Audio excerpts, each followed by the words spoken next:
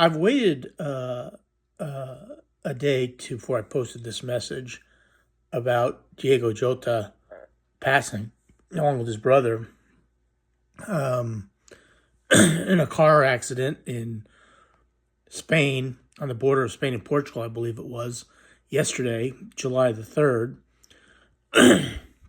And I wanted to speak on how long it's going to take people to get over the death of Diogo Jota. I think that from my perspective, and look, I mean, I saw tributes from Mark Goldbridge and Alice Talks Football about Diogo Jota um, uh, passing away, and I believe Arsenal delayed the naming of Zubamendi. I mean, everything stopped for Diogo Jota, and rightfully so. Uh, I'm an Arsenal fan. I am not a fan of Liverpool. I've never been a fan of Diogo Jota.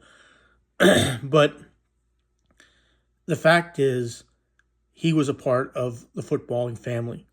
He was a footballer, first and foremost, for Liverpool. And the fact that he's no longer with us, I mean, one moment you're here, one moment you're gone, it affects us all. But in reality, since we didn't really know him personally, it's not going to take us very long to get over his death. In fact, I'm already pretty much over it by now.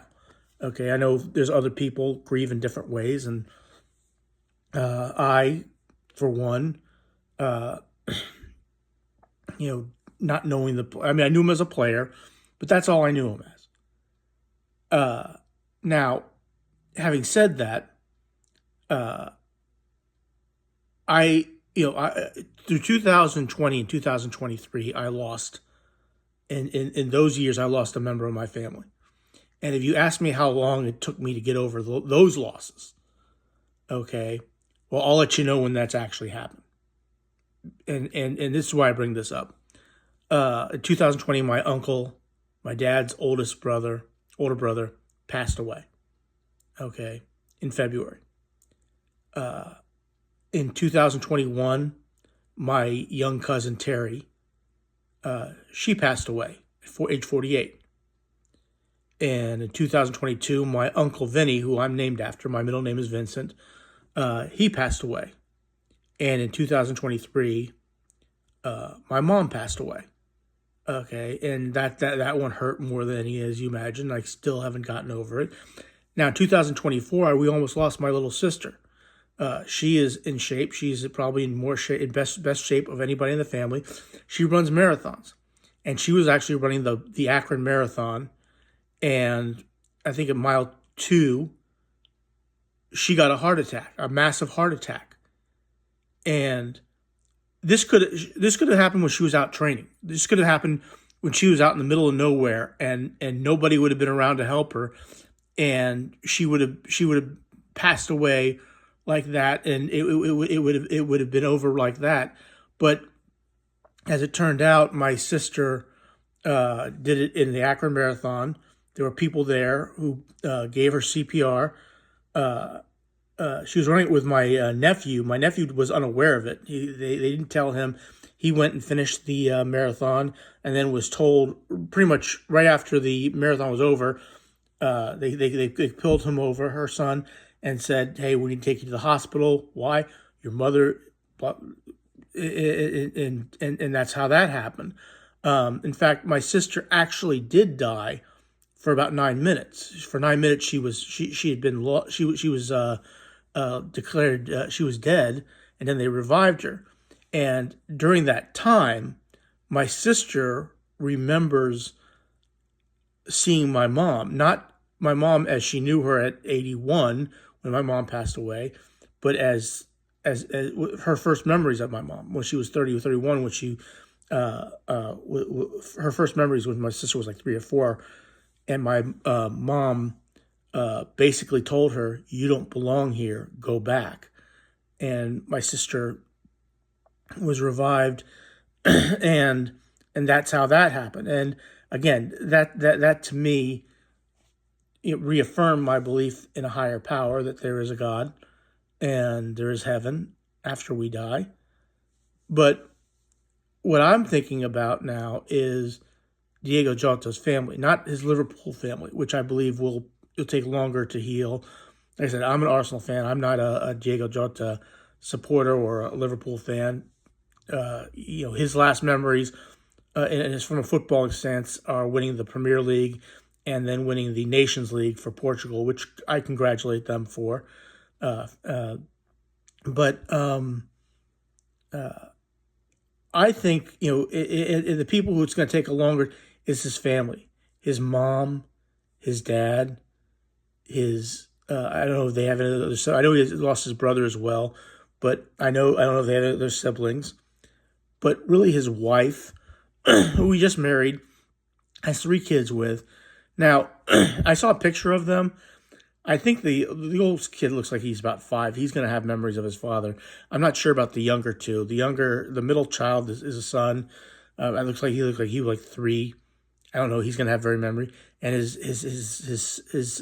their youngest child, a girl, a daughter. I don't know. She's not going to have any memories of him at all, in my opinion. And from based on the pictures I saw and the ages, I don't think they're going to. But they're the ones who are going to have to live with this. And they're going to be the ones who have to pick up the pieces. And again, like I said, I'm pretty much over it now, even though I do feel bad for his family. It really didn't affect me the same way as it would have affected you if you were a Liverpool fan or his family, his immediate family. But what I would ask that you do is every now and then, not every day, but every now and then, just think about the people who we lose, especially at such an early age. He was 29 years old. He was still in his prime, but probably had about 5 or 6 more years of football actually left to play before he would have started the rest of his life.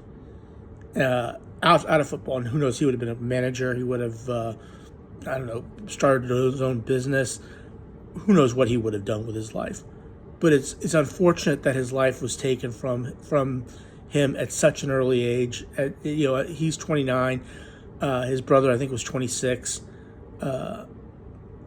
And his wife, his kids, his mom and dad, other siblings, his aunt, uncles, grandparents, they're the ones who are going to have to live with this, and they're the ones who are going to have to pick up the pieces. And like I said, if you ask me for my immediate family, when I've gotten over the deaths of my 2 uncles, my cousin, and my mom, I'll let you know when that actually happens, because I really haven't gotten over it. And it's going to take an awful long time for his immediate family to get over his loss, whether they do or not. It's something that his wife is especially is going to have to pick up the pieces. She's going to have to explain this to her 2 younger kids, as well as her oldest child. She's going to have to be the one to explain, who their father was, what he was, that he loved them, that he cared for them, that they were wanted by him. And that in and of itself is going to be an absolute, the absolute tragedy of this whole thing. His kids are going to grow up without him as their father.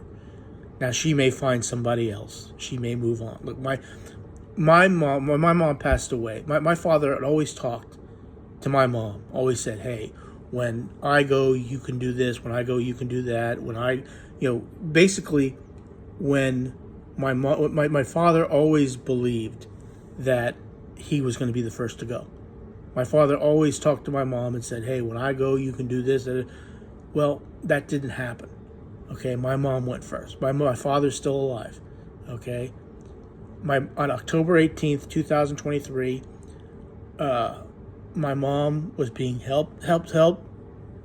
kept alive by life support. And she had signed the consent for my father to basically pull the plug because she didn't want to live like that. And my father brought it down, gave it to the doctor. They turned off the life support, and at 11 o'clock on October 18th, 2023, my mom passed away.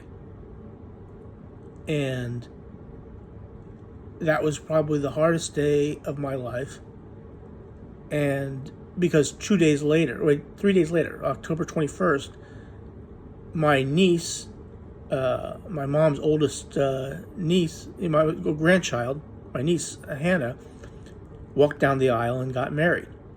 And the plan was for my mom and dad to watch the wedding ceremony, because my mom couldn't travel, and basically watch it from video from down in Florida where they lived. Well, when my mom passed, we basically told my father, "Hey, come on up, go to the wedding." He did. It was hard for him. It was, and then May of 2024, we dumped my mom's ashes into the Atlantic Ocean. But the reason I tell you all this is because Diogo Jota, he's only been gone for a day, and the Liverpool Football Club has really felt his loss. I have felt his loss. He was a fantastic player. He was a fantastic player for Portugal as well. He should be remembered as a great football player, okay? But he should also be remembered as a family man, as a dad, as a husband. Even though he was only married 20 days ago, I think it was 21 days ago, a good man was lost. And I just wanted to pay tribute to him in the only way I know how, by recording this message, recording this video for YouTube, for you people to listen to, hopefully reflect on, and take a day every now and then and think of his wife and his 3 kids, his immediate family, because they're going to be living with this for a long, long time. They're going to be living this for a longer time than you and I will. And say your prayers for Diogo Jota and for any other loved one that you may have lost. It all brings it all into perspective. But as an Arsenal supporter, you have my sympathies. Diogo Jota, his family, his brother, his mom, his dad, his wife, his kids. And, it made me think about my mom, who's the one I miss more than anything else. My mom was such a great, wonderful person. And God bless. God bless you. God bless everyone. And God bless Diogo Jota and his brother and his family. And God bless all of you. Thank you.